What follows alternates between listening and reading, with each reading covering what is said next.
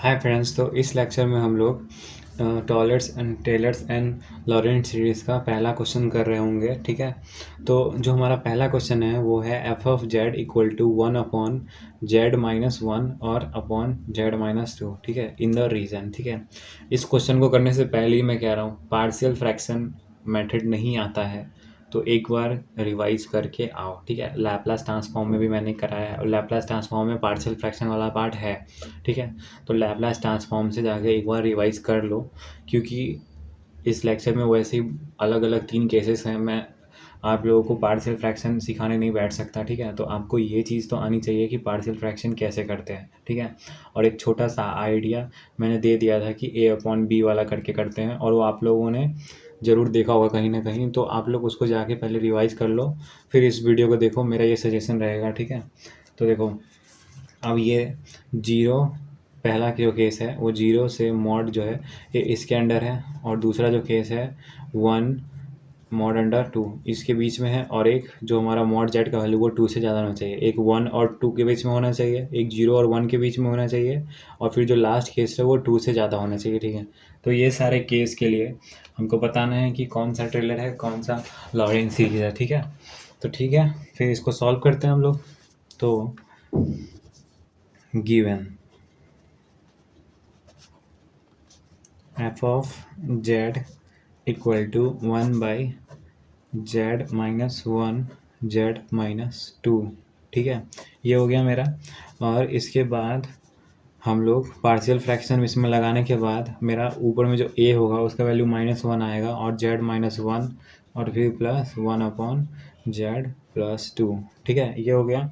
और partial fraction कैसे करते हैं एक बार थोड़ा सा मैं आपको रिवीजन करा दे रहा हूँ। ठीक है, तो z-1 z-2 ऐसे हो गया, और इसको हम लोग अलग अलग स्प्लिट करते हैं। a/z-1 लिखते हैं, और फिर हम लोग लिखते हैं प्लस b/z-2। ठीक है, तो इसका एलसीएम लेंगे तो क्या होगा मेरा, इसका एलसीएम जब लेंगे तो z-1 और इंटू z-2 आ जाएगा। ठीक है, और ये क्या होगा मेरा, a से मल्टीप्लाई हो जाएगा z-2, और प्लस b से मल्टीप्लाई हो जाएगा z-1। ये हो गया।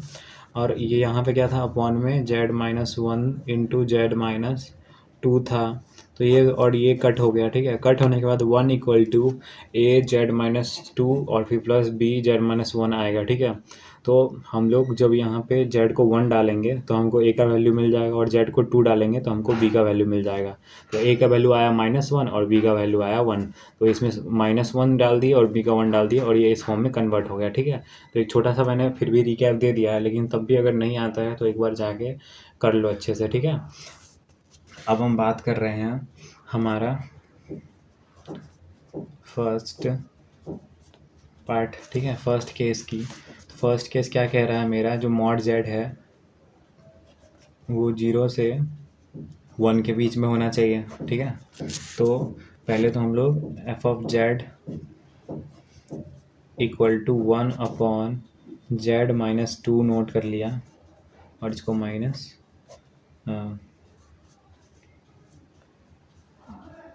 z+2 और माइनस z-1। ठीक है, ये हो गया मेरा।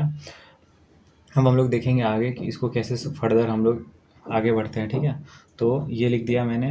अब इसके बाद देख रहे हैं, यहाँ पे एक मिस्टेक हो गया है कि ये जो है ना, ये प्लस नहीं यहाँ माइनस होगा। ठीक है, और यहाँ प्लस नहीं यहाँ माइनस होगा। ठीक है, तो छोटा सा यहाँ पे सही सा मिस्टेक हो गया था, मैंने प्लस लिख दिया था। ठीक है, तो कोई बात नहीं है, मैंने आपको बता दिया कि यहाँ माइनस होगा, क्योंकि ये देखो z-1 और z-2 ही था, तो यहाँ पे भी ये आया। ठीक है, तो ये हो गया मेरा z-2 और z-1।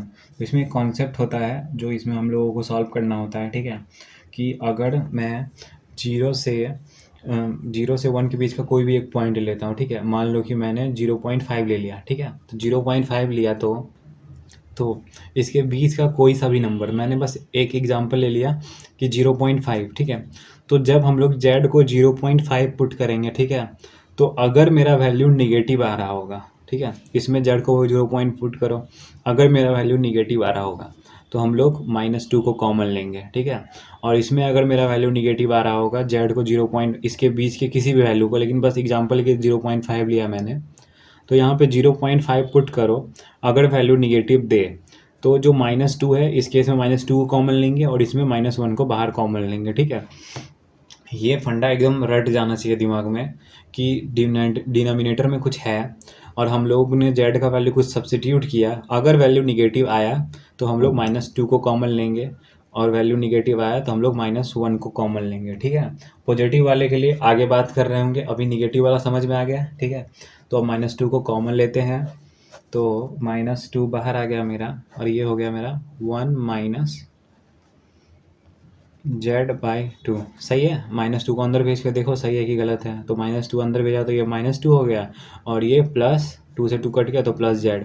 तो देखो -2 और +z था तो वही सेम टर्म आ गया, तो -2 को कॉमन लिया। अब दूसरे में से क्या कॉमन लेंगे, दूसरे में 0.5 डालो तो -0.5 हमें निगेटिव में आ रहा है तो फिर -1 को कॉमन लेना है। तो -1 को कॉमन लिया तो यहाँ पे आया 1 - z, ठीक है। अंदर भेज के देखो सही है कि नहीं। तो -1 + z, -1 + z सही किया है, ठीक है। अब इसको कर दिया। इसको करने के बाद क्या करो कि ये जो टर्म है ना मेरा 1 - z/2, इसको हम डिनोमिनेटर में कैसे लिख सकते हैं, पावर में -1 लगा के लिख सकते हैं। तो -1/2 1 - z/2 पावर में -1 लिख दिया और फिर 1 + 1 - z पावर में -1, ठीक है। और ये जो माइनस और माइनस से मल्टीप्लाई होके प्लस हो गया हमारा, ठीक है।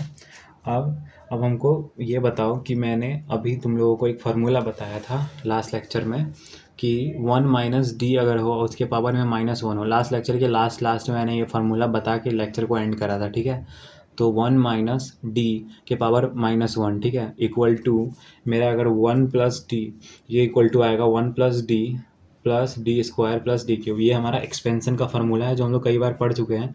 फिर भी नहीं भी पढ़े हो तो कोई दिक्कत नहीं है, इस टॉपिक में यही फार्मूला काम आने वाला है। तो एक फार्मूला है, याद करना है और काफ़ी आसान है, इसको याद कर लो। और देखो ये उसी फॉर्म में है, 1 - इसको पूरा को d मान लो पावर में -1, 1 - इस पूरे को d मान लो पावर में -1। तो इस फॉर्म में है तो इसको इस तरह से हम लोग एक्सपेंड कर देते हैं, ठीक है। तो एक्सपेंड करता हूँ मैं। तो पहले वाले टर्म के लिए, तो पहले वाले टर्म में बाहर -2 को -2 रहने देते हैं और इसको एक्सपेंड करते हैं। तो पहला वाला टर्म तो 1 आता है तो +1 लिख दिया। दूसरा वाला टर्म क्या आता है, d आता है। तो d क्या है मेरा, d मेरा z/2 है तो z/2 लिख दिया। तीसरा वाला टर्म क्या आता है, d का स्क्वायर आता है तो d मेरा z/2 है और इसका स्क्वायर लिख दिया, ठीक है। तो ये हो गया मेरा।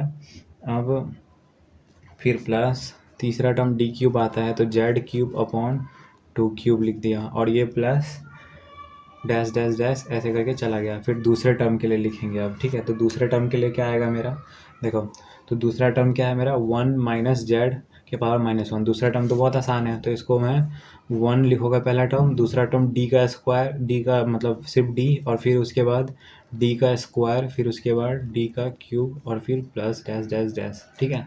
तो अब हमको ये बताओ जो मेरा इक्वेशन आया है उसके अंदर हमको z का पावर क्या दिख रहा है, सारा टर्म देखो जितने भी टर्म आ रहे हैं z के वो सारा पॉजिटिव है। तो मैंने आपको इसके फर्स्ट लेक्चर में बताया था कि z का सारा जो टर्म है ना अगर वो पॉजिटिव आए तो उसको हम लोग बोलते हैं टेलर सीरीज। तो पहले वाले केस का आंसर है which is in the form of Taylor's series, ठीक है। ये हो गया मेरा फर्स्ट केस का आंसर। अब फर्स्ट केस समझ में आ गया है तो अब तो बहुत जल्दी और बहुत फास्ट होना चाहिए सेकंड और थर्ड केस। तो ठीक है फिर करते हैं जल्दी जल्दी।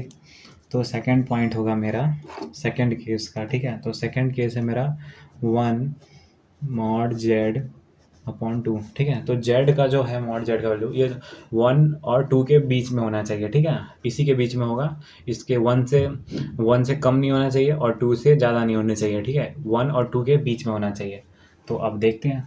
तो हम लोगों ने पार्शियल फ्रैक्शन से स्प्लिट तो कर ही रखा है इसको, 1/z-2 फिर -1/z-1, ठीक है। ये लिख दिया और इसको लिखने के बाद ये जो -2 है वो कॉमन लेंगे। क्यों कॉमन लेंगे? क्योंकि इसके बीच में कोई सा भी एक नंबर ले लेते हैं। मान लो मैंने 1.5 ले लिया, इसके और 20 के बीच में 1.5 होगा, यहाँ 1.5 को डालो। तो यहाँ 1.5 को डालोगे ना तो क्या होगा, मेरा वैल्यू निगेटिव आएगा। और जब निगेटिव आता है तो हम लोग -2 को कॉमन लेते हैं, ठीक है, दूसरे वाले टर्म को, ठीक है। और यहाँ पे क्या होगा, यहाँ पे जब 1.5 को डाले तो ये वैल्यू आएगा पॉजिटिव। तो मैंने बताया था आपको, बाद में जब पॉजिटिव केस आएगा तो उसको समझाऊंगा, ठीक है। तो अब जब पॉजिटिव केस आता है ना, तो हम लोग -1 को नहीं, जेड को कॉमन लेते हैं। तो फिर इस टॉपिक में बस इतना रट लो कि अगर मेरा नीचे वाला टर्म, डिनोमिनेटर वाला टर्म निगेटिव आया तो हम लोग जो आगे जो नंबर होता है उसको कॉमन लेते हैं। अगर पॉजिटिव आया तो हम लोग जेड को कॉमन लेते हैं, ठीक है। तो चलो कॉमन लेके लिखते हैं। तो -2 को जब कॉमन लिया तो 1 - z/2 आया, लास्ट क्वेश्चन के जैसा, ठीक है, लास्ट केस के जैसा। और फिर दूसरा जो था हमारा, वो इसमें z कॉमन लेंगे क्योंकि इस बार वैल्यू पॉजिटिव आ रहा है, ठीक है। तो z, फिर 1 - 1/z, ये दूसरा केस हो गया मेरा, ठीक है, कि जब z को कॉमन लिया तो ये आ गया। तो इंटू z जब किया अंदर तो देखो z आया, और दूसरा टर्म जब z से मल्टीप्लाई किया तो z और z करके 1 आया, तो z - 1 आ ही रहा है, तो ठीक है। तो मैंने यहाँ पे सही लिखा है। तो इसको लिखने के बाद क्या करना है, इसको डिनोमिनेटर में लिखना है, ठीक है। तो डिनोमिनेटर में लिखने के लिए क्या करेंगे, पावर में -1 लगाएंगे, ठीक है। तो पावर में -1 लगा देते हैं फिर। तो इक्वल टू -1/2 1 - z/2 पावर -1, फिर -1/z, ठीक है, और 1 - 1/z के पावर में -1, ठीक है। इसको ऐसे लिख दिया। और लिखने के बाद इसका एक्सपेंशन तो हम लोग लास्ट क्वेश्चन में ही लिखे थे, तो -1/2 ये क्या हो जाएगा, 1 + z/2 + z² + z³ ठीक है। और ये प्लस डैश डैश डैश और फिर माइनस, और यहाँ पे मैं दूसरा टर्म को नीचे लिख देता हूँ, ठीक है। तो दूसरा टर्म ये मेरा 1 - 1/z है, पहले क्या था, z था, ठीक है। तो पहला जो टर्म आएगा वो क्या आएगा मेरा, +1 आएगा, और फिर +1/z आएगा, फिर क्या आएगा 1/z का स्क्वायर आएगा, फिर क्या आएगा 1/z का क्यूब आएगा, ठीक है, क्योंकि 1 का स्क्वायर 1 और 1 का क्यूब 1, ठीक है, और प्लस डैश डैश डैश, ठीक है, ये वैल्यू हो गया। अब हमको ये बताओ कि इसमें z का पावर तुमको क्या क्या दिख रहा है, ठीक है। तो यहाँ z का पावर 1 है, 2 है, 3 है, लेकिन जो नीचे वाला केस है ना, उसमें क्या हुआ, उसमें मेरा न्यूमरेटर में जब इसको लिखेंगे तो ये z के पावर -1, ये z के पावर -2, ये z के पावर -3, तो ये निगेटिव में भी आ गया। तो मैंने बताया था कि जब z का पावर पॉजिटिव और निगेटिव दोनों हो एक ही केस में, ठीक है, पॉजिटिव और निगेटिव दोनों आ गया, तो मैंने क्या बोला था कि वो हमारा लॉरेंट सीरीज होगा, ठीक है। तो विच इज इन द फॉर्म, मेरा पहला का आंसर मेरा टेलर सीरीज के फॉर्म में आया है, और दूसरा का आंसर मेरा लॉरेंट सीरीज में आया है, ठीक है, फॉर्म ऑफ लॉरेंट सीरीज, ठीक है। अब लास्ट केस क्या बचता है कि अगर मेरा मॉड z 2 से ग्रेटर हो, ठीक है, तो 2 से ग्रेटर हो तो उस केस में मेरा टेलर सीरीज आता है या लॉरेंट सीरीज आता है, वो देखना है हमको। तो ठीक है, फिर तो f(z) अगर हमको यहाँ पे दिया हुआ है, ठीक है, और वो जो है मेरा 1/z-2, ठीक है, -1/z, ये तो हम लोग स्टार्टिंग में ही पार्शियल फ्रैक्शन से फाइंड आउट कर लिए थे, और फिर ये आ गया मेरा 1/। अब हमको ये बताओ कि 2 से ज़्यादा कोई सा भी नंबर ले लो, इसमें 2 से ज़्यादा कोई भी ले सकते हैं, 2 से इन्फिनिटी तक, तो मैं जस्ट 3 ले सकता हूँ 2 के बाद जो आता है, तो 3 ले लिया। तो जब z का वैल्यू 3 डालें तो यहाँ पॉजिटिव आया, ठीक है, और फिर यहाँ पे भी z का वैल्यू जब 3 डालें तो यहाँ पॉजिटिव आया। तो जब दो पॉजिटिव आता है तो क्या करते हैं, z को कॉमन लेते हैं, इसमें पॉजिटिव आया इसमें से z को कॉमन ले लो, इसमें पॉजिटिव आया इसमें से z को कॉमन ले लो। तो यहाँ मेरा z कॉमन आ गया, और फिर इसको लिख सकते हैं हम लोग 1 - 2/z लिख सकते हैं, तो लिख दिया। और लिखने के बाद यहाँ से z जब कॉमन लिया तो पहला तो z कॉमन हो गया, और ये 2/z आ गया। जब अंदर वापस मल्टीप्लाई करेंगे तो z माइनस z से z कट हो जाएगा 2, z - 2, तो हम लोगों ने यहाँ पे सही लिखा है, ठीक है।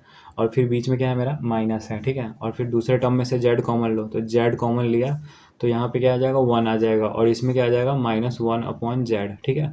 तो दूसरे टर्म में से जेड कॉमन लिया तो इस तरह से आया, ठीक है। और अगला स्टेप क्या होता है, देखो सेम स्टेप रिपीट हो रहा है, कुछ नया नहीं है, ठीक है। तो अगला स्टेप क्या होता है, पावर न्यूमरेटर में जब जाना होता है तो पावर -1 डालते हैं जब नंबर को न्यूमरेटर में लिखना होता है। तो 1/z, और इसको न्यूमरेटर में लिखा तो 1 - 2/z के पावर -1 लिख दिया, और फिर -1/z, और इसको 1 - 1/z के पावर में -1 लिख दिया, ठीक है। इसको लिखने के बाद इसका एक्सपेंशन, जो कि कितना आसान है, बहुत आसान तरीके से याद अभी हो चुका है हम लोगों को तो यार, अब तो फिर खट से लिख देते हैं, कोई चिंता ही नहीं है। तो 1, पहला तो 1 आता है, फिर दूसरा क्या आता है, डी का स्क्वायर आता है, और दूसरा टर्म ही डी होता है, तो ये 2 का स्क्वायर अपॉन जेड, पहला टर्म तो 2/d ही होता है, ठीक है। उसके बाद जो टर्म होता है वो डी स्क्वायर होता है, तो 2 का स्क्वायर अपॉन जेड का स्क्वायर, फिर तीसरा टर्म क्या होगा, 2 का क्यूब अपॉन जेड का क्यूब, ठीक है, ये हो गया। और ये प्लस डैश डैश डैश, और फिर दूसरा क्या है, 1/-1/z, ठीक है। तो इसका क्या आएगा एक्सपेंशन, तो इसका अगर ये 1/z है तो इसका एक्सपेंशन 1 + 1/z, ठीक है, 1, और ये प्लस डी, और फिर डी का स्क्वायर, ठीक है। तो 1/d का स्क्वायर, और प्लस मान लो कि ये डैश डैश डैश गया, और यहाँ ब्रैकेट क्लोज करता हूँ मैं, ठीक है। अब हमको ये बताओ, इसमें तुमको जितने भी जेड हैं सबके पावर में तुमको निगेटिव दिख रहा है, क्योंकि जेड को जब न्यूमरेटर में लिख रहे हैं तो सबके पावर में जेड की पावर -1, जेड की पावर -2 ऊपर जाके लिखेगा, तो हर टर्म में जेड के पावर माइनस आ रहा है, ठीक है। और यहाँ दूसरा जो टर्म है उसमें भी हर टर्म में जेड के पावर माइनस आ रहा है। तो मैंने एक और केस बताया था वहाँ पे, एंड करके तो मेरा पॉजिटिव निगेटिव था, लेकिन और करके लिखा था कि अगर सारे जेड के पावर निगेटिव भी हो तो हमारा वो लॉरेंट सीरीज कहलाएगा, ठीक है। तो सारे पावर निगेटिव आ गए तो हम लोग बोल देंगे विच is in the form of Laurent series, ठीक है।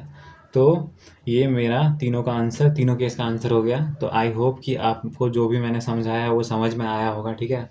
तो अगर आपको मेरा पढ़ाया हुआ समझ में आ रहा है, आपको लग रहा है मैं बहुत अच्छा पढ़ा रहा हूँ, तो अपने क्लास में जो भी आपके फ्रेंड्स हैं उनको भी ये वीडियोस के लेक्चर शेयर करो, ताकि वो भी मतलब अच्छे नंबर से पास हो सकें, ठीक है।